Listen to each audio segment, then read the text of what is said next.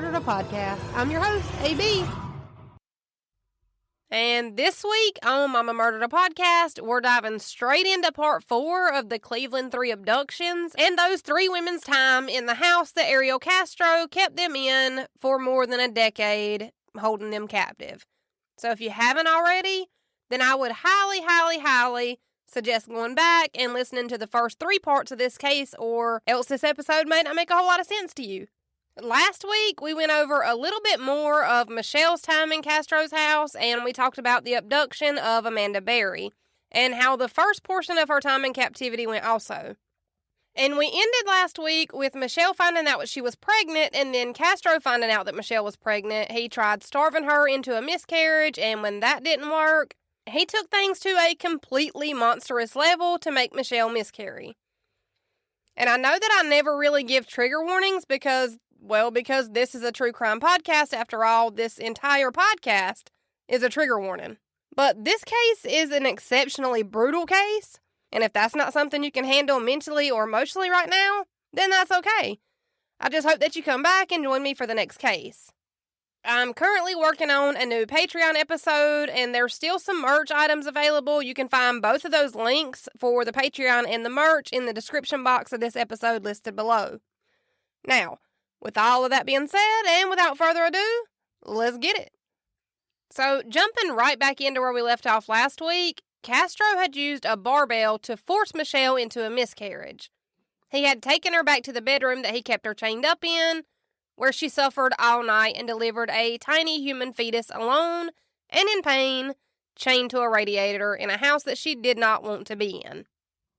Michelle had tried to use the only thin, flat sheet that she had to clean up the blood, but it wasn't working. And then, just a short time after Michelle had miscarried, Castro came into the room that Michelle was chained up in, and he was coming into this room for the same thing that he had always come into this room for. He was there to rape Michelle for the first time in the morning. But when Castro saw all the blood and the fetus, he yelled at Michelle, and he was yelling at Michelle, telling her that she had, quote-unquote, aborted his baby. Seemingly forgetting the fact that he had just the night before been the one to swing the barbell into her stomach on purpose, and then told her that it better be gone by tomorrow. Yet here he is, screaming at Michelle, telling her that she'd killed his baby, after he screamed and yelled and called Michelle every name you can possibly imagine. He hit Michelle directly in the face and told her that maybe that would teach her a lesson about killing his baby. He really is just a disgusting excuse for a man. And it was somewhere around this same time frame that Castro went into the room that he had Amanda chained up in. And that's when Castro told Amanda that his daughter Angie was coming by today and that she was going to drop his grandson off and that he wanted Amanda to help him babysit his grandson. Now, of course, when Castro's daughter Angie did come by and drop her son off, both women were chained up in separate bedrooms upstairs, and Angie never left the first floor of Castro's house. She wouldn't have known that either of the women were there. Sometime after this, Amanda does hear Angie come in and drop her son off, and she even heard Angie leave after she dropped her son off. But Amanda was too scared to even try to attempt to make some kind of noise to try to signal to Angie that she was chained up in an upstairs bedroom. But right after Amanda heard Angie come in and leave, Castro came into the room where Amanda was chained, and he had a small boy with him. The boy looked to be somewhere between the ages of 2 and 3 years old, and once this little boy saw Amanda, he immediately started crying and he seemed scared, even though Amanda had tried hiding her chains from the little boy by covering up with the blanket that she had. So even a 2 or 3-year-old was able to sense that something about this situation was not right. Amanda tried to kind of coax the boy into coming towards her, kind of trying to, put this kid at ease. But he refused to step any closer to Amanda than where he was standing at the door. Castro eventually took the little boy back downstairs, and shortly after this, Amanda could hear that Angie was back, and she was just kind of assuming that Angie was there to pick her son back up. And at this point, both Michelle and Amanda were just trying to get by the best that they could do with these long days, chained up in 2 separate bedrooms. They both say that they look forward to the next episode of whatever TV show they were watching at the time, And Castro had even let Amanda listen to a few more of her voicemails again. And Amanda never could figure out why Castro would even let her listen to her voicemails in the first place, because she knew that the FBI could trace and track the phone while it was turned on. And in order for Castro to let Amanda listen to her voicemails, the phone would have had to have been turned on. And the FBI had been able to trace the phone's location to somewhere in between two different cell towers, but they still weren't able to pinpoint the phone's exact location, though, because most of the time, Castro did keep the phone turned off, and he only turned it on very seldom every so often. Now, during the time between Castro letting Amanda have a notebook and letting her listen to some of her old voicemails, Amanda had kind of started to figure out the way that Castro thought about things. Amanda had figured out that Castro thought that if he fed her and let her shower every once in a while, if he let her listen to a few voicemails, and if he gave her a notebook to use as an emotional outlet, that by him doing these things, that he kind of felt like he'd given himself some sort of God complex. Castro very much believed that old, like, he giveth, he taketh away type of mentality, and he used that. Castro felt like anytime he gave Amanda anything, even things as small as basic human needs like food and water, that if he gave her these things, that then gave him the right to do whatever he damn well pleased to her. Castro felt entitled, like he owned these women. And Castro wouldn't just make Amanda watch her entire family beg and plead for her safe return, though. He was a little more sick than that. He'd make it worse by bringing Amanda new articles, showcasing any news interviews that Amanda's mom had done recently. And in my opinion, Castro made sure to show Amanda all of the news stations and article coverage on her disappearance because he loved showing Amanda how far off police's radar he actually was. He relished in the fact that no one even so much as questioned him about either of these women's disappearances. I honestly think that he loved showing Amanda how off track the police were with their investigation and trying to find her. And it seemed like Castro also loved the fact that Amanda's boyfriend DJ was the one taking most of the heat in Amanda's case, which would in turn be taking any of the heat off of himself. And I think that Castro especially loved the fact that he was the one who had taken Michelle and Amanda, and he was the one hiding both of these women in plain sight. Like, Castro didn't live out in the woods by himself with no neighbors. No, like, he lived in a residential neighborhood with neighbors on every single side of him. And yet, somehow he was still able to keep 3 women held captive in his house for more than 10 years. He was the very definition of hiding in plain sight. Castro would do other things that Amanda thought were super weird too, though. Like, Amanda always thought it was so strange when Castro would bring her plates of food that his mom had made.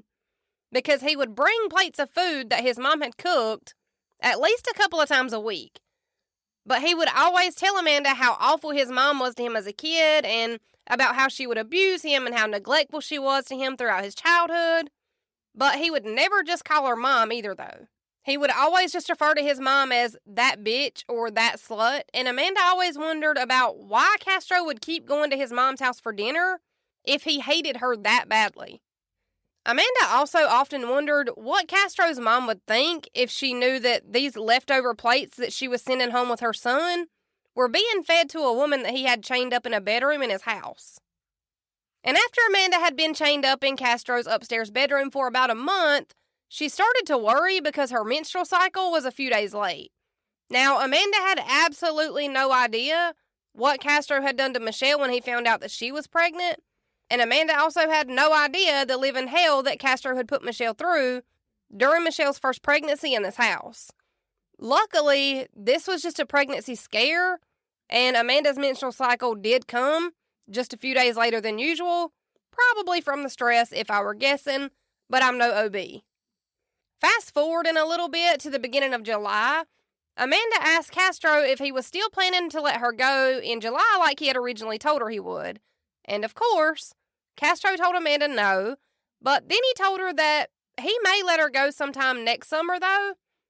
And Amanda started crying, and Castro told Amanda that crying would make her look old and that she was prettier when she smiled, because she has so much to smile about right now. Castro even had the nerve to tell Amanda that within the next 3 years sometimes that she may be free then. So maybe in the next 3 years you can get out of here. But don't cry about it. We need you to smile because you may look old.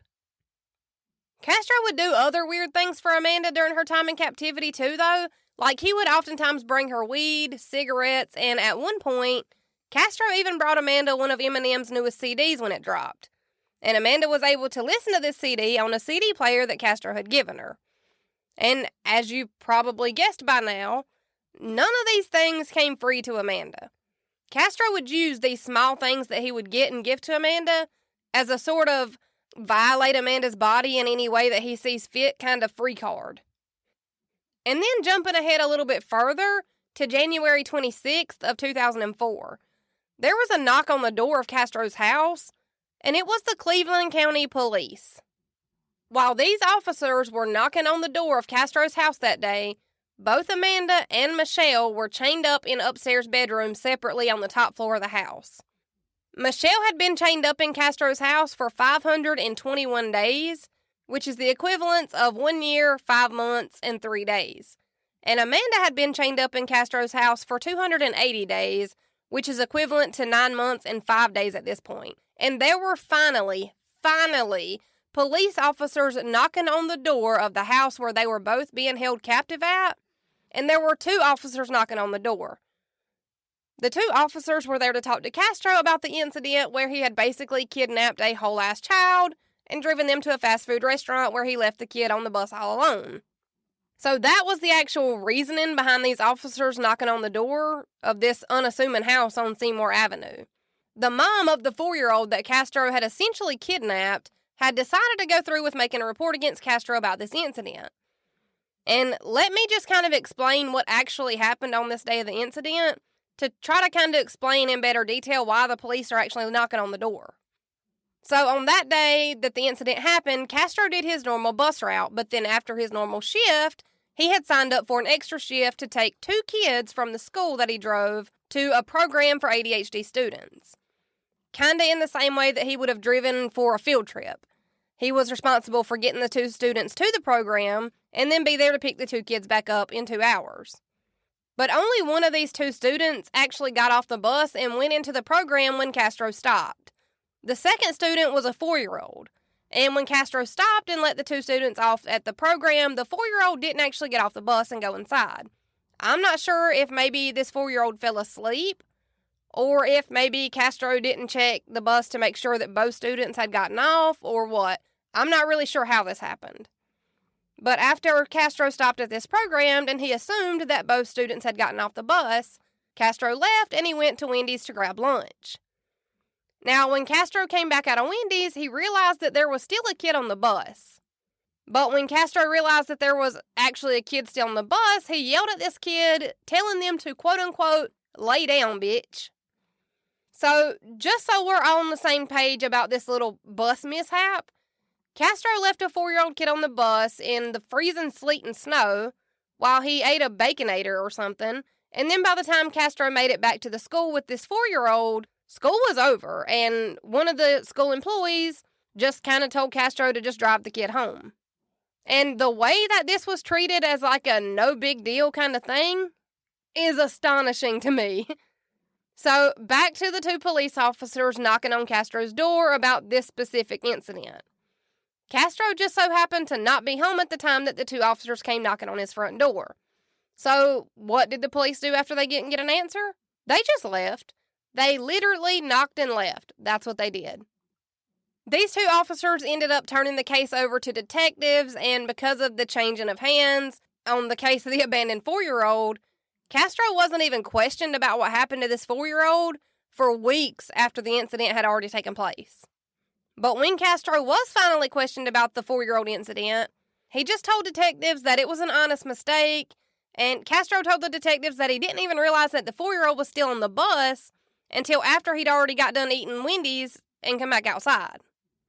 Castro then fed the detectives some kind of sob story about his dad having recently passed away just a few weeks before this, and eventually it was all dropped and no charges were ever filed. Castro was kinda sorta reprimanded with the school though. the Cleveland County School District suspended Castro for 60 days without pay. And at the time that the first two officers had been knocking on Castro's door to start with, Michelle and Amanda had no idea that the police were just below them knocking on the front door. And it would make perfect sense that Michelle and Amanda wouldn't hear someone knocking on the front door, too, because every time Castro left the house, he made sure to blast the massive speakers that he had that sat in between both rooms where he had both women being held at. Michelle recalls the rest of 2003 and the beginning of 2004 as being the exact same thing every single day. McDonald's for breakfast, being alone all day long, being assaulted by Castro every single day without fail, multiple times a day, and as the days dragged through, Michelle knew that Amanda was still in the house. Michelle says that she could tell the difference between Amanda's footsteps upstairs just moving around and the difference between Castro's footsteps walking around on the top floor. Michelle still wasn't being unchained for any reason at all whatsoever, and she was very, very, very rarely allowed downstairs to shower or eat more than once a day when Castro did remember to feed her.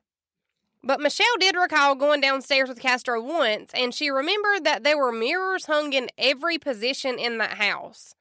That there wasn't a spot that did not have a mirror hung up on it that was covered. And if it wasn't a traditional, regular mirror that you would use to hang as house decoration, then it was a rearview mirror of a car hanging somewhere. And these mirrors covered every square inch of the downstairs part of the house. And then on top of the multiple mirrors, there were alarms set up everywhere around the house. And it may not have been the traditional kind of home security alarm system set up in the house, but there were different kinds of alarms that Castro had rigged up all over the house. In Michelle's book, Finding Me, she says that eventually, she just stopped thinking of ways to escape Castro's house. It was like Michelle had almost just kind of accepted that this was her life now, and that she may as well just accept that fact. Everything that Michelle had tried up until this point to escape had failed. She wasn't able to wiggle out of the chains. She couldn't reach the windows to climb through to escape. She was basically just stuck there, with all of these jerry-rigged alarms and all of the mirrors that hung everywhere. And all of the jerry-rigged alarms and the mirrors that hung everywhere around the house just kind of reassured her of that there was no way out.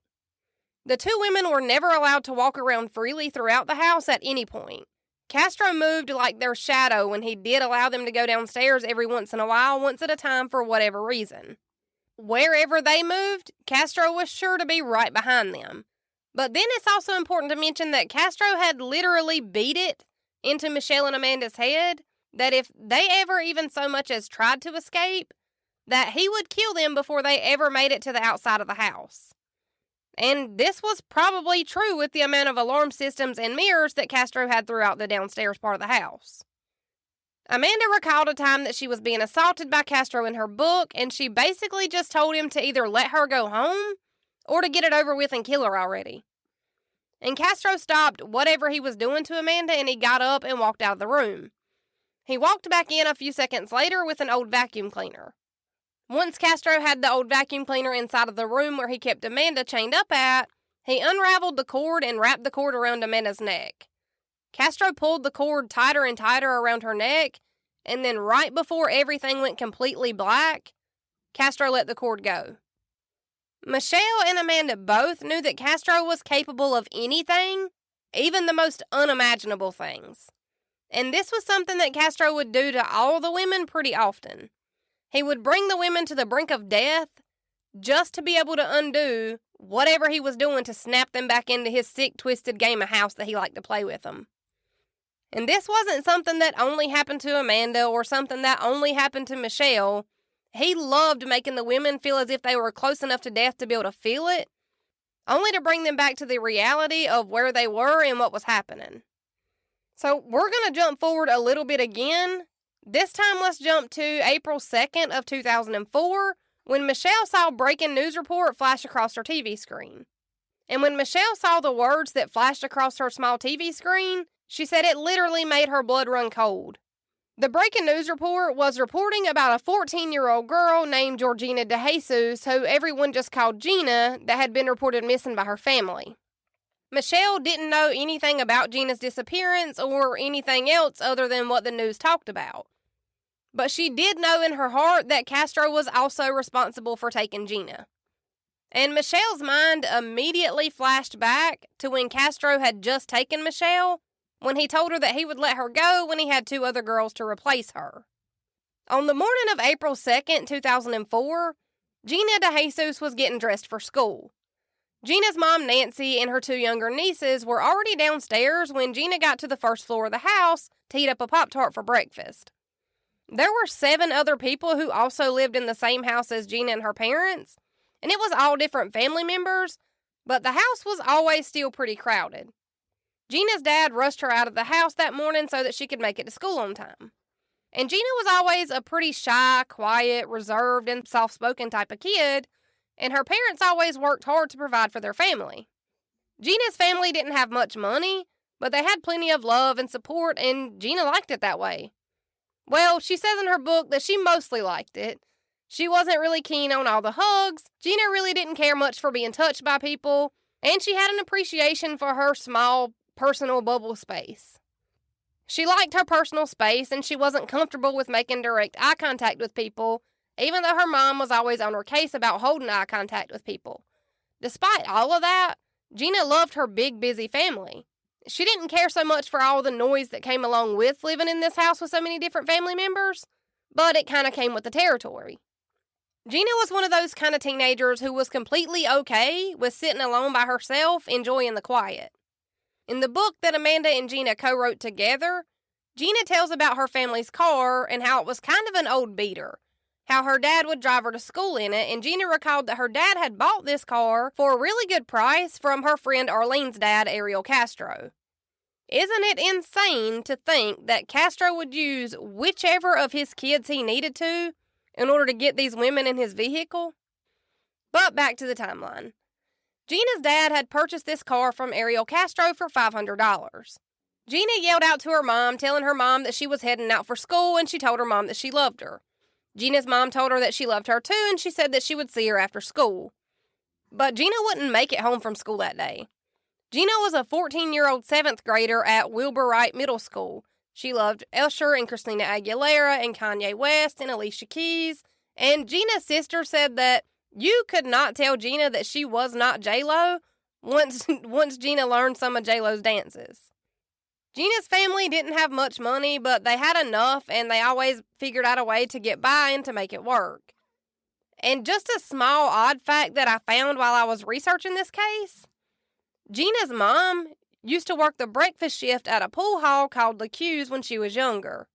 And would anybody like to take a guess as to who the owner of Le Q's was? Stacy Castro, who just so happened to also be Ariel Castro's great uncle. So with Castro's uncle owning the pool hall and the DeJesus family buying their car from Castro, the entire DeJesus family knew Castro, and they were all friends with him. Another weird thing that I found while I was researching this case was that Gina and her family only lived about a mile from Seymour Avenue where Castro lived. And no one had a clue that just a mile down the road, their good friend and buddy Ariel Castro had Michelle Knight and Amanda Berry chained and being held captive inside of his house. That is insane to me.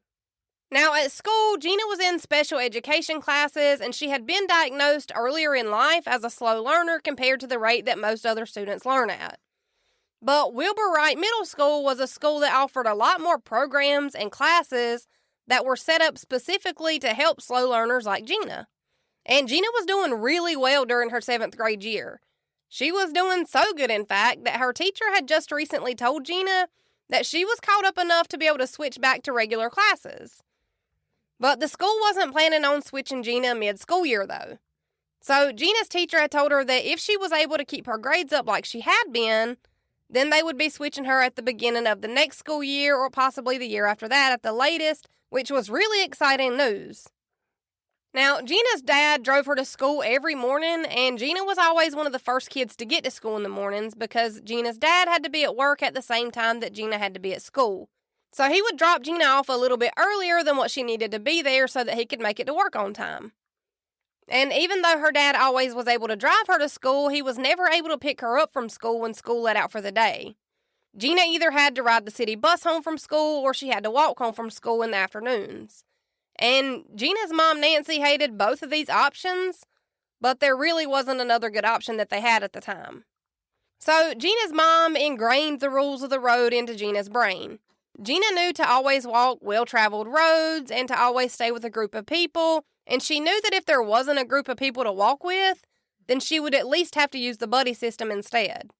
2 kids are harder to kidnap than 1 kid is, which is usually why the buddy system has given us all a false sense of security for so many years now.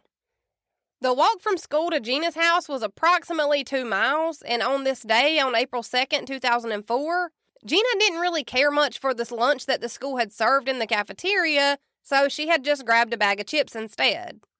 Just something to hold her over until she got home. But Gina's mom had given her $1.50 for the city bus that morning, but Gina had spent some of that bus money that day at lunch buying the bag of chips, which left her with not enough money to be able to pay for the city bus like she'd planned, which in turn left Gina with no option besides to walk home from school. And Gina didn't really mind walking home, but she knew that her mom wasn't going to be thrilled about the idea when she got home. The school bell rang at 2:30 to dismiss all the students from their classes, just like it had rang every other day of school. Gina left out of her last class and she walked to her locker where she chatted with some friends and she gathered up her stuff. Gina was ready to start her walk back home. It was Friday, which meant it was the start of the weekend, and Gina was excited to start her weekend, just like every other kid in middle school was on this same day. Gina was trying to make weekend plans with her friend, and the friend that she was trying to make plans with was Arlene Castro. The only problem with this plan was that neither one of the girls had run these weekend plans by any of their parents. Gina and Arlene were trying to make plans to go skating together that weekend, but when Gina loaned Arlene the 50 cents so that Arlene could call her mom and ask about the plans to go skating, their plans got shot down because Arlene's mom said no. So those plans were soon canceled for both girls, which also kind of sucked because Gina had just been grounded for a few weeks before this. Gina's parents had caught her smoking cigarettes in her bedroom. So, typical teenage kind of stuff. Now that the parents had said no, the 2 girls gave each other a hug and Gina told Arlene to give her a call later on. And that's where Gina and Arlene parted ways, walking in opposite directions from one another. It was raining on this day and Gina had only started her 40 to 45 minute walk home shortly before this when a man in a Jeep pulled up next to her. Gina recognized the man behind the wheel of the Jeep almost instantly. Gina knew that this was Arlene's dad, Ariel Castro. And Castro had been to Christmas parties that Gina's family had attended also. So Castro wasn't exactly a stranger to Gina. She did know him. And as soon as she saw his face, she knew exactly who he was.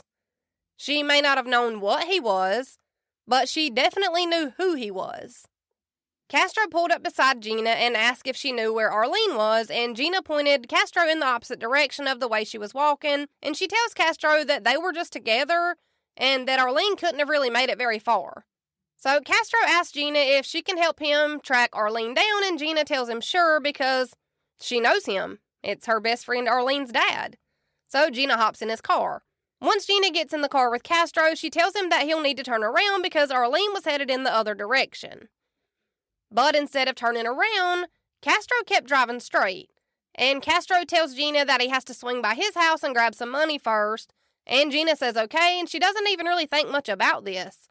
Because again, this is her best friend's dad.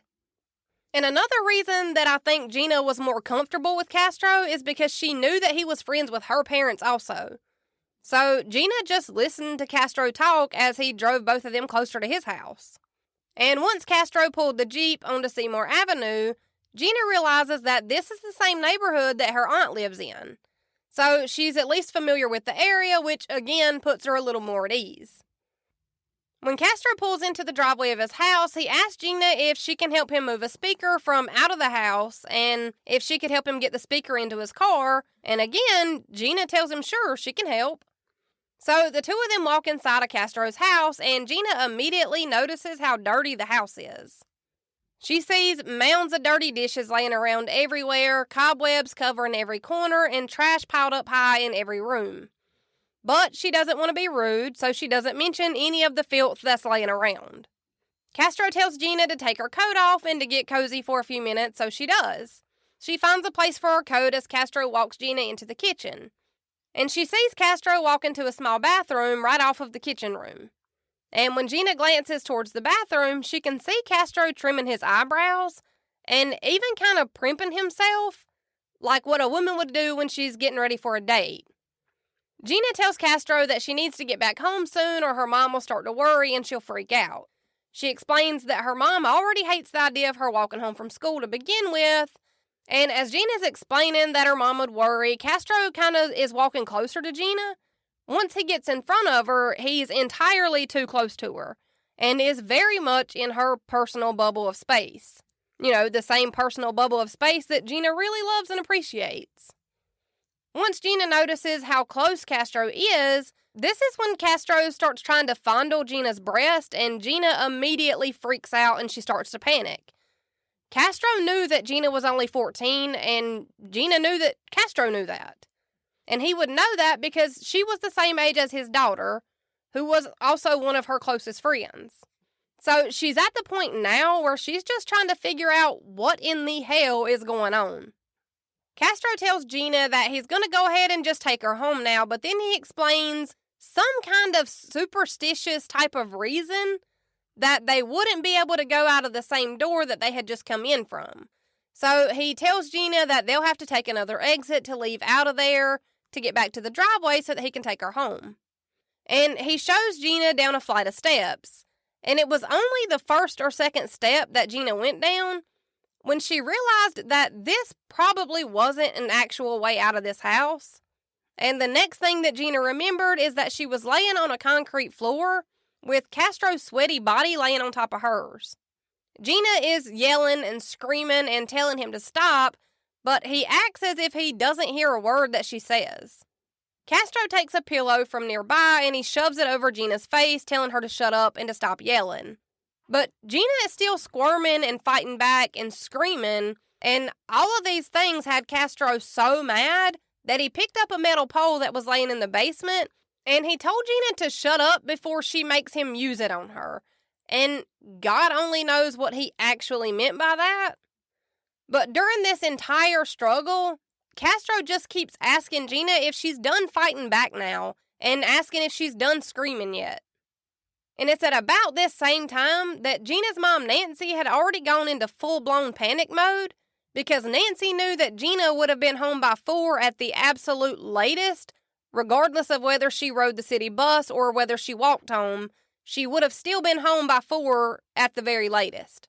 And as soon as Nancy knew that it was too late and that Gina should have been home by now, she had Gina's dad, Felix, drive around the area, around their house, while Nancy started calling all of Gina's friends, just to make sure that Gina wasn't at a friend's house doing stupid, normal teenage stuff.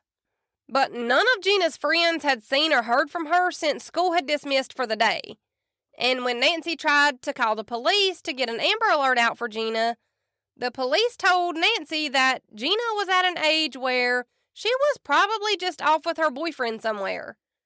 And they kept saying this no matter how many times Nancy tried to explain that Gina did not have a boyfriend and that she would have called by now regardless. Nancy knew in her mom gut that something was very much wrong. Nancy had planned to take Gina shopping that day after school, and no 14-year-old is passing up on a free shopping trip.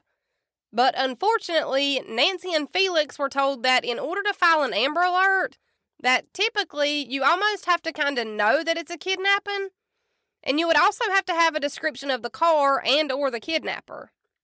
And Gina's dad, Felix, wasn't having any luck riding around looking for Gina, and neither of Gina's parents were planning on stopping until someone listened to them. But it didn't take very long for one of the 2 detectives that were called in about Gina's disappearance to start piecing together the fact that Amanda Berry had also gone missing in broad daylight just the year before this, and that now Gina DeJesus had also gone missing in broad daylight the very next year. And the detective wondered if maybe the 2 cases weren't connected somehow. And now back at Castro's house, Gina is starting to realize that her friend Arlene's dad is not at all who she thought he was. When Castro told Gina that he was going to have to chain her up so that she couldn't escape, Gina just responded by holding both of her arms out and telling him to do whatever he felt like he needed to do. Gina later said that she kind of hoped that this would catch him off guard and give her an out, but he didn't even blink.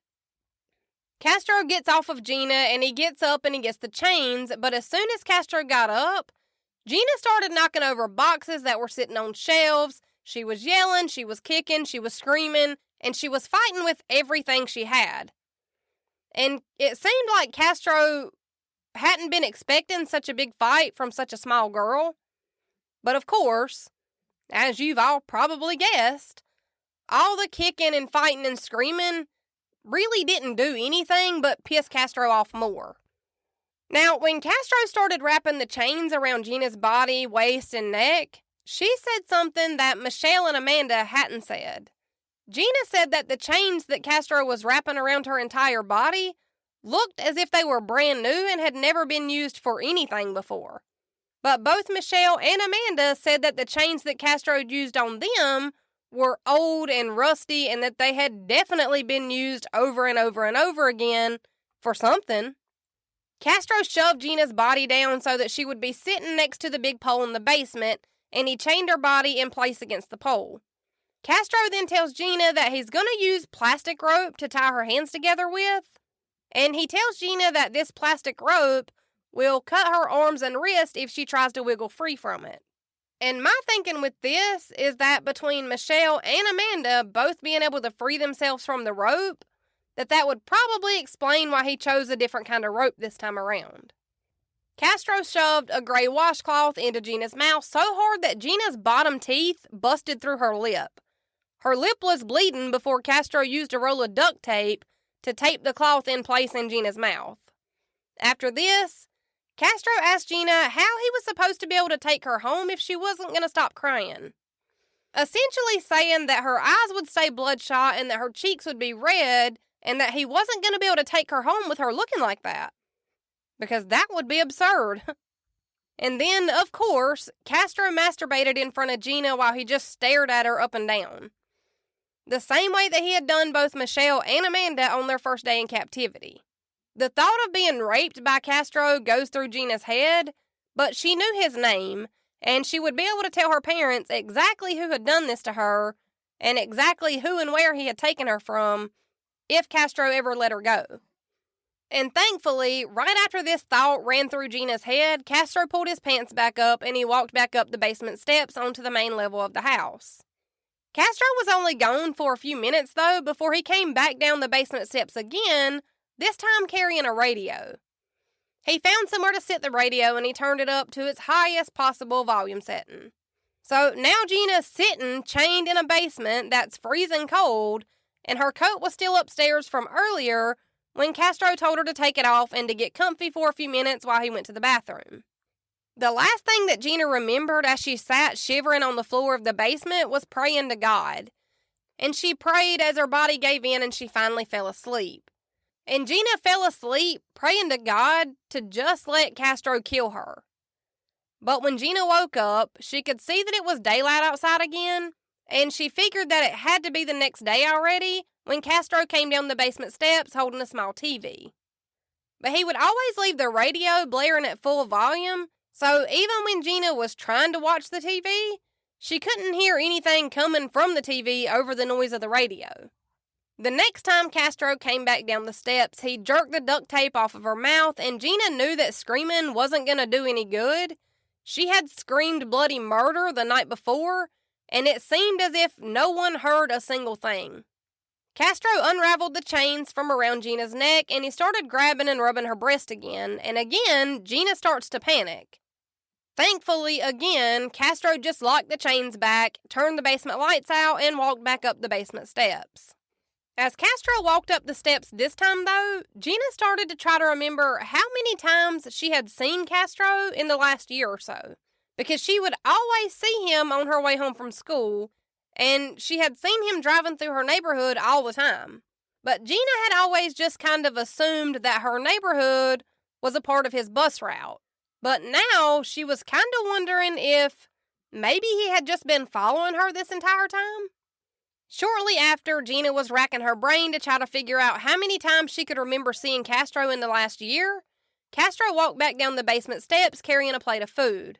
He had brought Gina a plate of rice and beans that his mom had made. And when Castro tried to feed Gina, she told him that she wasn't eating that and that she would only eat her mom's food.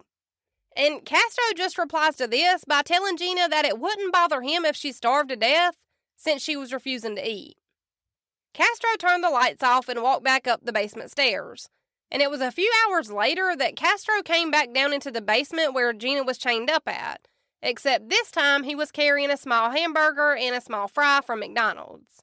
This time, though, Gina ate the food. She was starving. She hadn't eaten anything but a bag of chips for lunch the day before. So she caved and she ate the McDonald's meal. Once Gina finished eating, Castro told her that she was going to go upstairs now and he ordered her to get up. Castro unchained Gina and then he ordered her up the steps. Once they were on the first floor of the house, Gina asked if she could use the restroom. And Castro pointed her to the small bathroom by the kitchen and told her to hurry up. And maybe Gina thought that she was going to be able to use the restroom in privacy, but of course, instead, Castro stood right beside Gina the entire time that she used the restroom. Now, from the bathroom, Castro then walked Gina into the dining room area where Castro had a twin-size mattress pressed up against one of the walls. But then Gina noticed a type of box or a fort style of thing that was sitting on top of the mattress. And in Gina's book, she said that this was the weirdest looking thing she had ever seen. She said that it looked like something that a kid would build to be able to play in, like a fort. Castro then chained Gina up to the metal bed frame and he told her to lay down.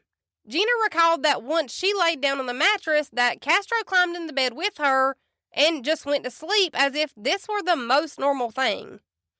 And Gina would be forced to sleep with Castro laying next to her on this mattress for quite a few days.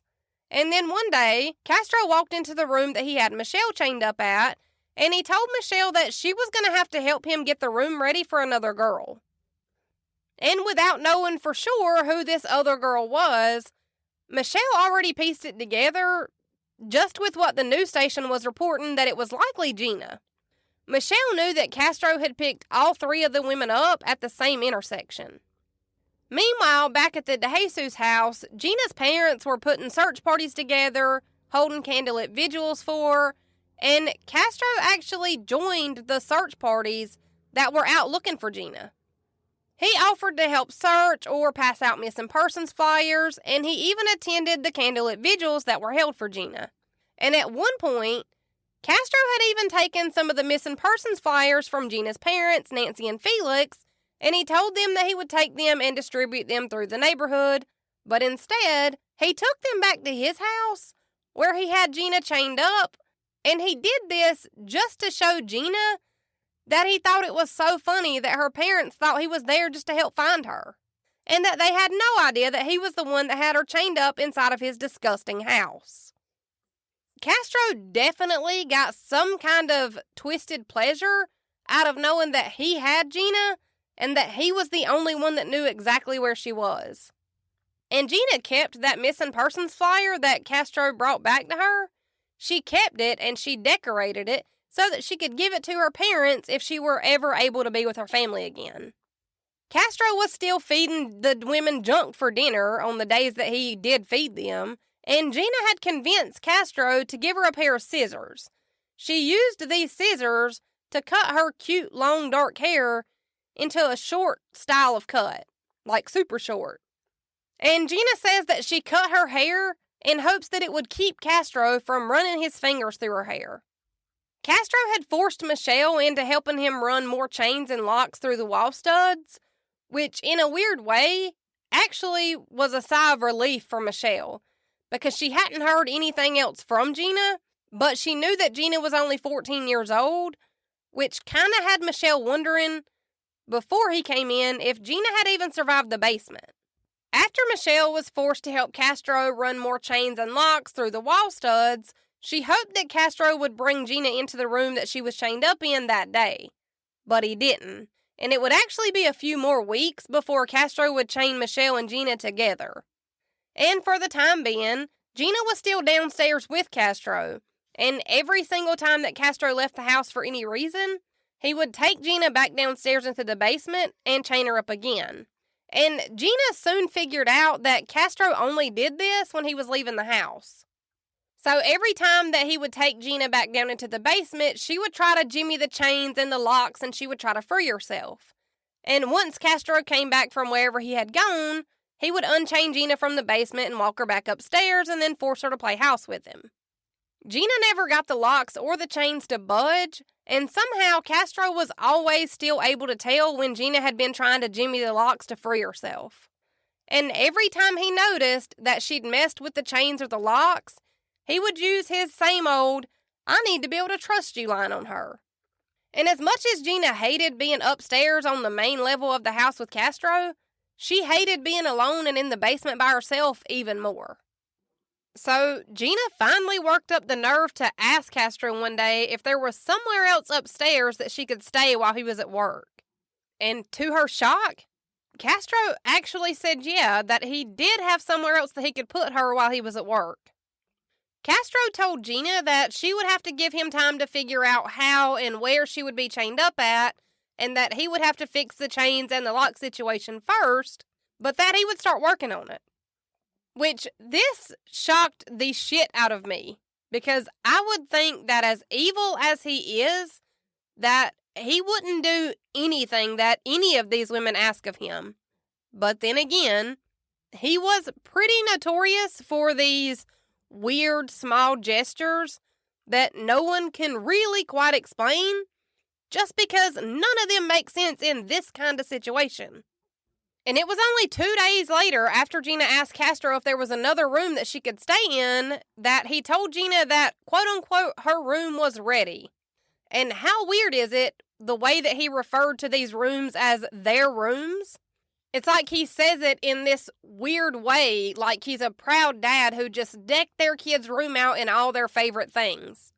But that's not the case here at all. It's just really odd wording for something that's so horrible. Castro walked Gina up the top steps of the house, and in her book Hope that she co-wrote with Amanda, Gina says that the room that he walked her into looked like a prison cell. That the room was dirty, that it smelled awful, and that there was nothing in this room but a mattress with no sheets, no pillows, no blankets, and there was nothing else in this room besides a dresser and a small TV. By this point, though, Amanda had seen the news reports about Gina's disappearance, and that's when Amanda put together how close it was from the same spot that she'd been taken from to where Gina had been taken from. But Amanda later said that she hadn't actually heard anyone else in the house besides Castro and Michelle. And Castro was still treating Amanda like his wife and telling her things like how she needed to learn to be more like Michelle, because Michelle didn't cry at all anymore when he was assaulting her. And my take on that would be that Michelle was probably just numb to anything at this point in her life, especially with everything that she'd already gone through before she ended up in this hell house. Amanda and Michelle had still only seen each other a handful of times throughout the entire year since Amanda had been taken there. And Castro would play these weird mind games between Amanda and Michelle, and he would make up lies to tell one woman about the other woman, kind of like he was trying to pit them against each other. Even though neither of these women had been around each other for long enough to actually have a problem with the other one. And on April 10th of 2004, America's Most Wanted, shout out to John Walsh, America's Most Wanted did a segment on Amanda Berry and Gina DeJesus together, since both women had disappeared from the same neighborhood just 1 year apart. And Amanda's mom said that she always felt like Amanda was close by and that she always felt like Amanda was alive, and she wasn't wrong. Amanda's mom, Luana, knew that the odds were stacked against finding Amanda alive, but she just felt like she would feel it if her daughter were dead. And Amanda noticed when Castro took her downstairs the next time that the bed that he usually slept in had a sort of fort or box style thing on top of it, and she knew for a fact that that fort type of thing hadn't been there before. It wasn't like this was something that was just always there and she just didn't notice it before. It had never been there before. And this was the first time that Amanda came to the realization, almost certain of the realization, that Castro had also taken Gina. Amanda recalled around the time that Gina went missing being able to sense a shift in Castro's personality. And she said in her book that the house itself just felt different after a certain day. Amanda had believed before this that Castro had taken Gina too, but this fort-style box that was just on this bed just solidified her thoughts. So now Michelle and Amanda were both almost positive that there was in fact a third woman in this house. And they both believed that it was Gina DeJesus. And I think that's where we'll have to pick it up next week. We're coming right up on an hour or a little over an hour, and football is killing ya girl. I'm just going to say it. I'm not a football mom. I'm not good at it. I'm not here for it. But we're doing it. We're doing the damn thing. So I'm going to read the review of the week, and you can follow me on social media, leave a rating or review wherever you listen on Spotify, Apple, Audible, Stitcher, wherever. And if it's a platform where you can leave an actual review, then I go through there and I just pick a random one every week just to share some kind of positive at the end of all these really tragic cases. So on to the review of the week. This week's review of the week comes from Crystal Ray. It's a 5-star review that says, I was recommended this podcast by a friend at work. I listen to a lot of true crime, but this has become one of my favorites. I look forward to the notification on Wednesdays that a new episode is out. She keeps it real and really goes in depth with her stories. I feel like I could really discuss some real murder with this gal. Let's get it. And yes, Crystal, we could discuss some real murder if you want. Send me a DM. And I think that's all I got for y'all this week. I love you so much. Let's do it again. Same time, same place, next Wednesday. See you then. That's how my mama murdered a podcast.